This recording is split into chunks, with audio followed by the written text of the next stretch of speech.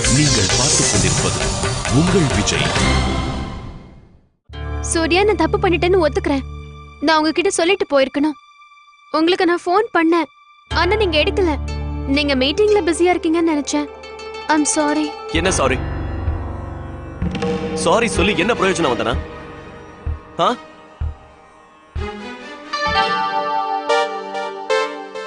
இத பாரு வந்தனா, நீ தப்பு பண்ணிருக்க.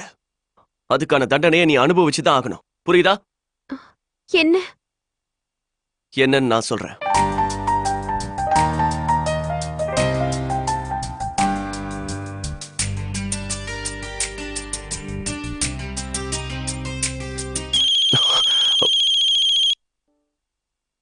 ஒரு நிமிஷம். ஆபீஸ்ல இருந்த. ஹலோ, சொல்லுங்க சார். அப்படியா?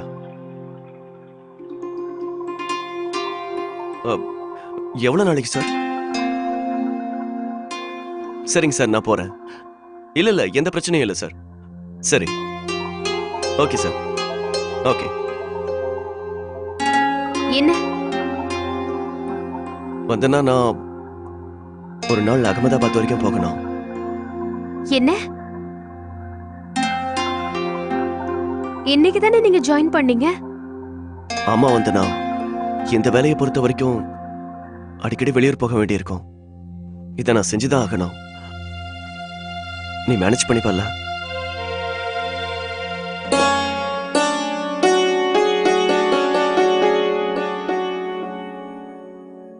சரிங்க, நான் எல்லாத்தையும் பாத்துக்கிறேன். நீங்க கவலைப்படாம போயிட்டு வாங்க. அனி, என்னன்னா அனி எங்க போனாங்க? அவ என்ன அனி, எங்க போயிட்டீங்க நீங்க? இவருக்கு லஸ்ஸி கொண்டு வர போனேன். அர்ச்சனா, ஒரு நிமிஷம். நீ இதுல சுகர் நிறைய போடலையா என்ன? என்ன கொஞ்சம் சுகர் போட்டு கூட, அப்பதான் நல்லா இருக்கும்.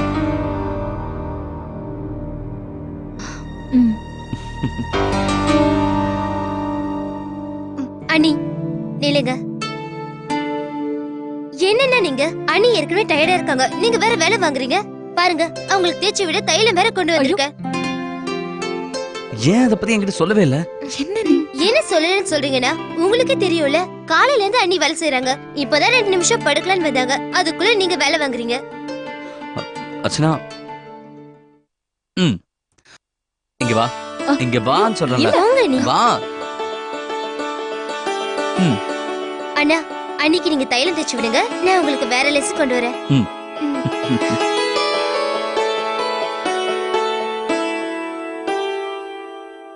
சாரி அர்ச்சனா, நான் அதை கவனிக்கவே இல்லை. டயர்டா இருந்த உன்ன போய் வேலை வாங்கிட்டேனே. நீங்க என்ன எழுப்பினதுல ஒரு பிரச்சனையும் இல்ல. ஆனா நீங்க இன்னைக்கு மோகன் குடும்பத்துக்கு முன்னாடி அண்ணன் விஷயத்தை பத்தி சொல்லிருக்க வேண்டிய அவசியம் இல்ல. அம்மா திடீர்னு எப்படி டென்ஷன் ஆயிட்டாங்கன்னு பாத்தீங்களா? எனக்கு புரியுது, நான் தப்பு பண்ணிட்டேன் அர்ச்சனா. நானும் உன்னை ஒரு குறை சொல்லணும்னு தான் இருக்கேன். ஒரு விஷயத்தை யோசிக்கவே மாட்டியா? நீ வந்ததுல இருந்து நாம 2 பேரும் ஒன்னா டைம் ஸ்பெண்ட் பண்ணதே இல்ல. 24 மணி நேரம் வீட்டு வேலையை செஞ்சுட்டு இருந்தா எப்படி? எனக்காக நீ டைமே கொடுக்க மாட்டற. நீங்க தானே அம்மா கூட சேர்ந்து இவ்ளோ பெரிய பொறுப்பை என் தலை மேல போட்டிருக்கீங்க. நந்தினி அக்காவோட கல்யாணம் முடியற வரைக்கும் இப்படிதான். வேற எதுக்குமே எனக்கு டைம் இருக்காது. கொஞ்சம் டைம் ஒதுக்க, எனக்காக, நமக்காக. அப்படி டைம் ஒதுக்கணும்னா நீங்க எல்லா வேலையிலயும் எனக்கு உதவியா கை கொடுக்கணும். ஒவ்வொரு வேலையிலயும் நீங்க எனக்கு உதவி செய்யணும். அப்படி பண்ணா என் வேலையும் சீக்கிரம் முடிஞ்சிடும், டென்ஷனும் குறைஞ்சிடும். அப்போ உங்களுக்காக என்னால நிறைய டைம் ஒதுக்க முடியும். இந்த ஐடியா நல்லா இருக்கே. ஆமா, பின்ன என்னங்க, எல்லா வேலையும் என்னால தனியா எப்படி பண்ண முடியும்? அதுவும் கரெக்ட் தான். உனக்கு ஹெல்ப் பண்றதுக்கு தான் நான் இருக்கிறேன். நீ ஆர்டர்ஸ் கொடுத்துக்கிட்டே இரு, நான் வேலை செஞ்சுக்கிட்டே இருக்கேன். கார்த்திக், நான் ஒன்னும் விளையாட்டுக்கு சொல்லல, சீரியஸா சொல்லிட்டு இருக்கேன். நானும் தான். நீ என்ன சொன்னாலும் செய்யற. சத்தியமா?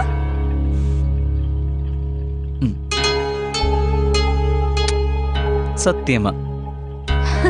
சரி வா, நான் முதல்ல தைலம் தேய்ச்சி விடுறேன். அம்மா வாங்கம்மா.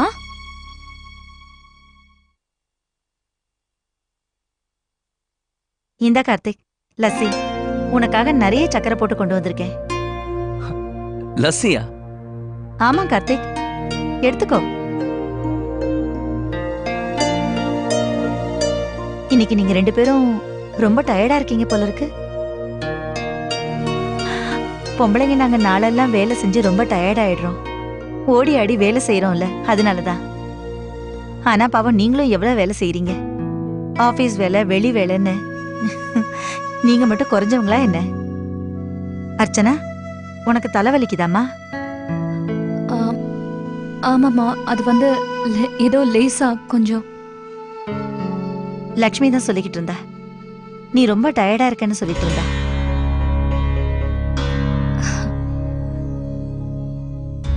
ஏமா, லக்ஷ்மி கிட்ட சொல்ல வேண்டியதானே?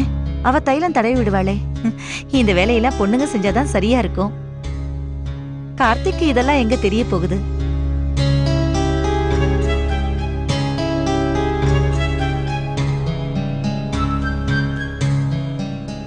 இப்பதான் நான் கார்த்திகோட அப்பா கிட்ட உன்னை பத்தி புகழ்ந்து பேசிட்டு இருந்தேன். என் மருமக எல்லாத்தையும் நல்லா சமாளிச்சிட்டான்னு சொல்லிக்கிட்டு இருந்தேன், அதுவும் தனியா. இதத்தான் அர்ச்சனா பொதுவா சொல்லுவாங்க, பொறுப்பு எப்படியாப்பட்டதுன்னு தெரியுதுல்ல. எனக்கு உன் மேல நம்பிக்கை இருக்கு. நந்தினி கல்யாணத்துக்கு வேண்டிய எல்லா ஏற்பாட்டையும் எல்லா வேலையும் நீ தனியா சமாளிப்பன்னு.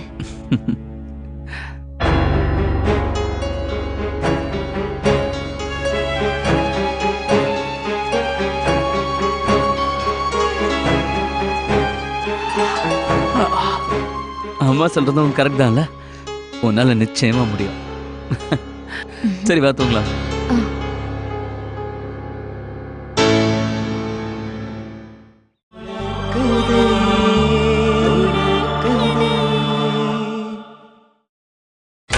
நீங்கள் பார்த்துக் கொண்டிருப்பது உங்கள் விஜய்.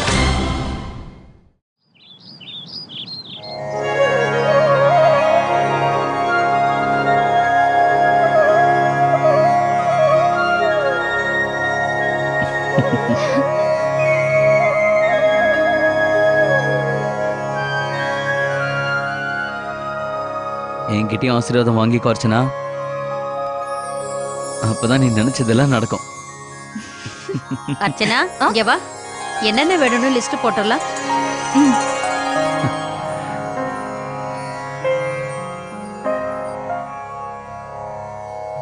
இத பாருமா, உன் மாமனாரும் பெரியப்பாவும் கணக்கு பார்க்க உட்காந்துட்டாங்க. நாம நம்ம லிஸ்ட போட ஆரம்பிக்கலாம். ஆமா, முதல்ல மார்க்கெட்ல இருந்து என்ன வாங்கிட்டு வரலாங்கறத எழுது. அப்பதான் கடைசி நேரத்துல ஓடி அடிக்கிட்டு இருக்க வேண்டாம். ஆமாக்கா. அப்புறம் இதை விட்டுட்டோம் அதை விட்டுட்டோம்னு புலம்ப வேண்டியதுதான். இத பாரு அர்ச்சனா, 7 தங்க செட்டு வாங்கணும், அதோட 21 வெள்ளி தட்டும் வாங்கணும். அத நகைக்காரர்கிட்ட சொல்லி இப்பவே ஆர்டர் பண்ணிடு. மாப்பிள்ளை வீட்டுக்காரங்க எத்தனை பேர் வந்தாலும் சரி, அவங்க லிஸ்ட நீ தனியா போட்டுடு. இப்பவே யாருக்கு என்ன கொடுக்கணும்னு தனியா லிஸ்ட் எழுதி வச்சுக்கோ. யாரையும் நம்ம விட்டுறக்கூடாது இல்லையா? அதுக்குதான். சொந்தக்காரங்க எங்க குறை கண்டுபிடிக்கலான்னு காத்துக்கிட்டு இருப்பாங்க. எவ்வளவு துணிமணி எந்தெந்த சம்பிரதாயத்துக்கு கொடுக்கணும்னு கரெக்டா எழுதி வச்சுக்க. கடைசி நேரத்துல சம்பிரதாயத்தை ஆரம்பிச்சதுக்கு அப்புறம் அது வரல இது வரலன்னு சொல்லக்கூடாது.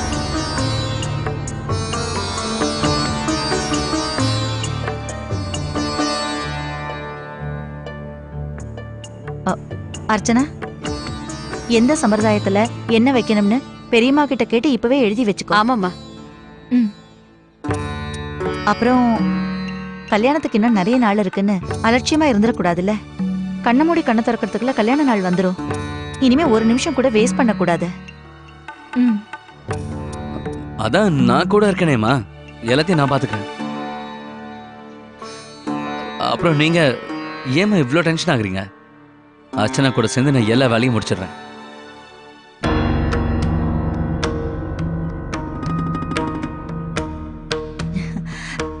சரி கார்த்திக், உன் பொண்டாட்டிக்கு நீதானே உதவி செய்யணும். ஆனா உங்க பெரியம்மாவும் நானும் எதுக்காக மருமகளுக்கு இந்த பொறுப்பை எல்லாம் கொடுத்திருக்கோம் எங்களுக்கு நல்லா தெரியும். இந்த வேலை எல்லாத்தையும் அவ தனியாவே சமாளிப்பா.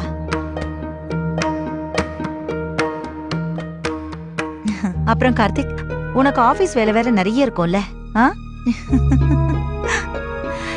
இனிமே இது கல்யாண வீடு கார்த்திக், 1000 வேலை இருக்கும். உங்க பெரியப்பாவுக்கும் அப்பாவுக்கும் கூட உன்னோட உதவி தேவைப்படும் இல்லையா? என்ன, ஆ நீ போய் உன்னோட வேலையெல்லாம் பாரு. பொம்பளைங்க நாங்க எங்க வேலையெல்லாம் பாத்துக்கிறோம்.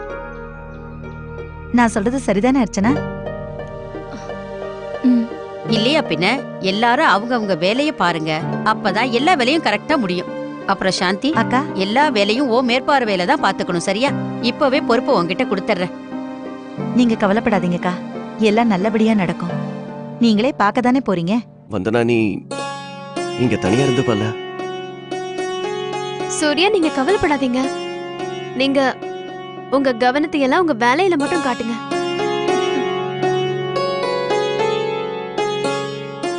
முதல் தடவை நான் உன்னை இப்படி தனியா விட்டுட்டு போறேன்.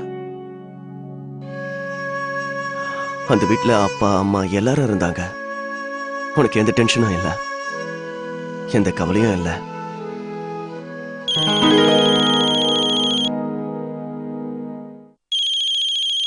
அர்ச்சனா ஃபோன் பண்றா. பேசு. சொல்லு அர்ச்சனா. எப்படி இருக்க? நல்லா இருக்கேன். அது உங்க அண்ணன் ஒரு நாள் வேலையா அகமதாபாத் போறாரு. அதுக்கு தான் ஏற்பாடு பண்ணிக்கிட்டு இருக்கேன். அப்படின்னா நீ தனியா இருக்க போறியா? ஆமா. ஓ, எப்படியோ வந்தனா நல்ல காரியம் பண்ண. இனிமே எல்லாம் அண்ணா கையில தான் இருக்கு. நீ தனியா இருப்பேன்னு அவர் ரொம்ப டென்ஷனா இருப்பாரு. அது மட்டும் இல்லாம அம்மா வீட்ல போய் இருன்னு உன்னை சொல்லவும் முடியாது. நான் சொல்றத கேளு, அவர் கொஞ்ச நேரம் கவலைப்பட விடு. இந்த ஒரு வழிதான் நமக்கு இருக்குன்னு நினைக்கிறேன். அது சரி, இவ்வளவு காலையில எதுக்கு ஃபோன் பண்ண? நான் சும்மா தான் வந்து நான் ஃபோன் பண்ணேன். நான் ஷாப்பிங்க்கு கிளம்பிட்டு இருக்கேன். உன்னையும் கூட கூட்டிட்டு போலான்னு நினைச்சேன். ஓ, உன்ன ஷாப்பிங் பண்ணலாம்ல. ஆனா இதுக்கு மேல உன்னை கூப்பிடுறது சரியா இருக்கும்னு தோணல. அர்ச்சனா, பேசாம ஒண்ணு பண்றியா? கார்த்திக் கூட கிளம்பி போயே. இல்ல வந்தனா, அவரை டென்ஷன் பண்றது சரியா இருக்காது. அம்மா ஏற்கனவே அக்கா கல்யாணத்தோட எல்லா பொறுப்பையும் என் தலையில போட்டிருக்காங்க. அதனால எல்லா வேலையும் நான் தனியா தான் பண்ணி ஆகணும். வந்தனா, என் கச்சிஃப் எங்க?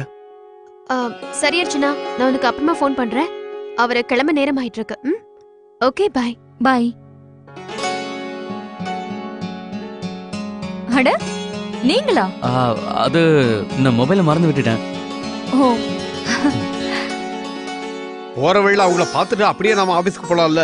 இன்னும் எவ்வளவு இடத்துக்கு போக வேண்டியிருக்கு. சரிண்ணா. என்னப்பா இவ்ளோ சீக்கிரம் ஆபீஸ் கிளம்பிட்டீங்க? ஆமாப்பா, போகும்போது கிளைண்ட பார்த்துட்டு அப்படியே ஆபீஸ்க்கு போறோம். அப்புறம் கார்த்திக், ராஜசேகர் சொல்லிக்கிட்டு இருந்தால ஊருக்கு வெளியே நாம ஒரு பங்களா வாங்க போறோம்ல. ஒரு வேலை பண்ணு, நாளைக்கு நீயும் அதை போய் பாரு. பங்களா எப்படி இருக்கு, அந்த ஏரியால எப்படி இருக்குன்னு பார்த்துட்டு வா. நீங்க பங்களா வாங்க போறீங்களா? நம்ம மோகனுக்கும் நந்தினிக்காகவும் தான்.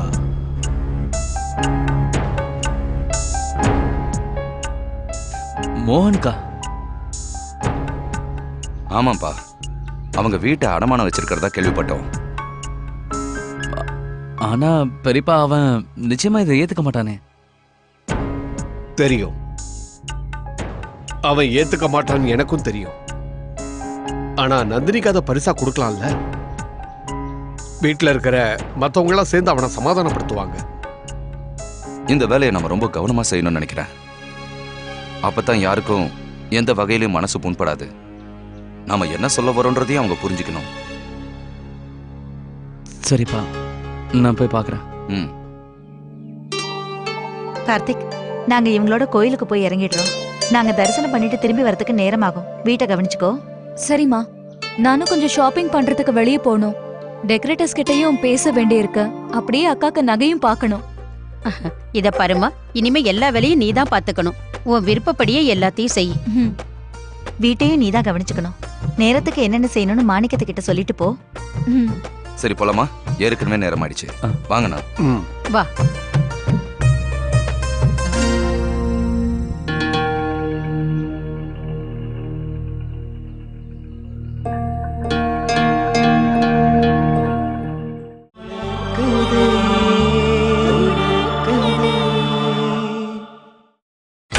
நீங்கள் பார்த்துக் கொண்டிருப்பது உங்கள் விஜய்.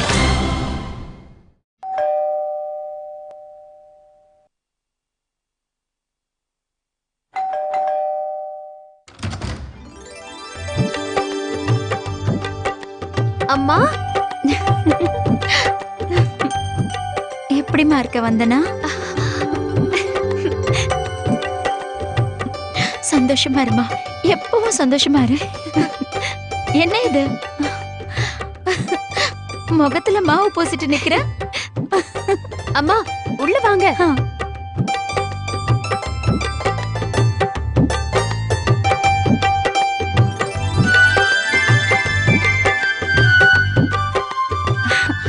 வீடு ரொம்ப அழகா இருக்கு. அப்புறம் தனியாளா எல்லாம் சுத்தம் பண்ணி வச்சிருக்க. உட்காருங்க. உட்காருங்க. வந்தனா, சூர்யா சூர்யா எங்கம்மா? அம்மா அவர் அகமதாபாத் போயிருக்காரு. என்ன? சூர்யா அகமதாபாத் போயிருக்கானா? அது வந்து அவங்க ஆபீஸ்ல இருந்து அனுப்பியிருக்காங்க. அது திடீர்னு போக வேண்டியதாயிடுச்சு. அப்படின்னா அப்படின்னா நீ வீட்ல தனியா தான் இருக்கியா? அட என்னம்மா இது? சூர்யா எங்க கிட்ட ஒரு வார்த்தை கூட சொல்லவே இல்லையே. நியாயமா பார்த்தா அவன் காலையிலேயே உன்னை வீட்டுல கொண்டு வந்தெல்லாம் விட்டுட்டு போயிருக்கணும். அம்மா அவரு ஒரு நாள் தானே போயிருக்காரு. ஒரு நாள்? நீ எவ்வளவு பெரிய பயந்தாங்கொள்ளின்னு எனக்கு ரொம்ப நல்லா தெரியும். எப்படி இந்த வீட்ல நீ தனியா இருக்க போற?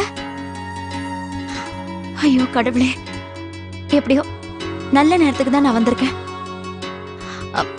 வா வந்தனா, நம்ம வீட்டுக்கு போலாம். என் கூட கிளம்பு. அம்மா எனக்கு ஒண்ணும் இல்ல, நான் இதெல்லாம் பழகிதானே ஆகணும். எனக்கு நீ எந்த விளக்கமும் சொல்ல தேவையில்ல. உடனே நீ என் கூட கிளம்பிதான் ஆகணும். 2 பேரும் சேர்ந்து மொத்தமா எங்களை 3வது மனுஷங்களை ஆக்கிட்டீங்க. அம்மா அப்படியெல்லாம் பேசாதீங்க. நீங்க எங்களை தப்பா புரிஞ்சிட்டு இருக்கீங்க. அம்மா நான் மாலெட்டு செஞ்சிருக்கேம்மா, நீங்க உட்காருங்க, நான் உங்களுக்கு கொண்டு வரேன்.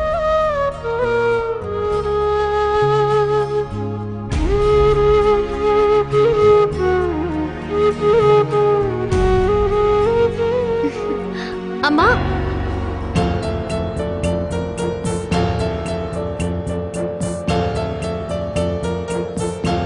அம்மா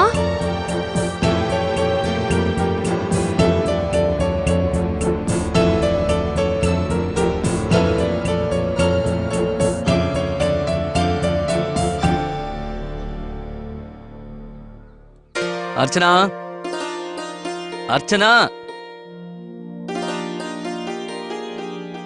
கார்த்திக் சொல்லுங்க. என்னோட வாட்ச் எங்க? கார்த்திக்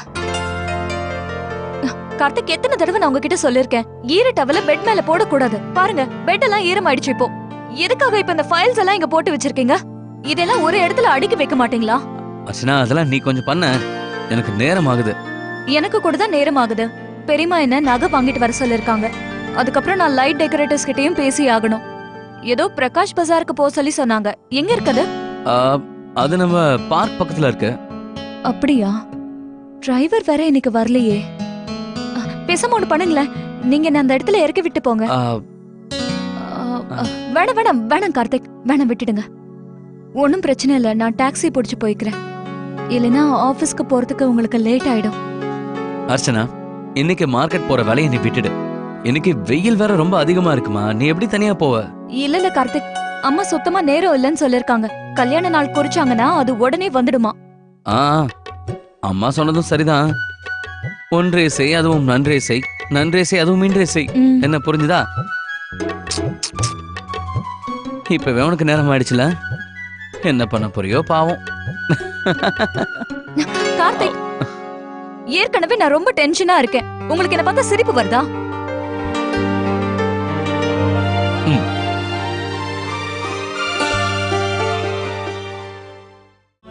கதை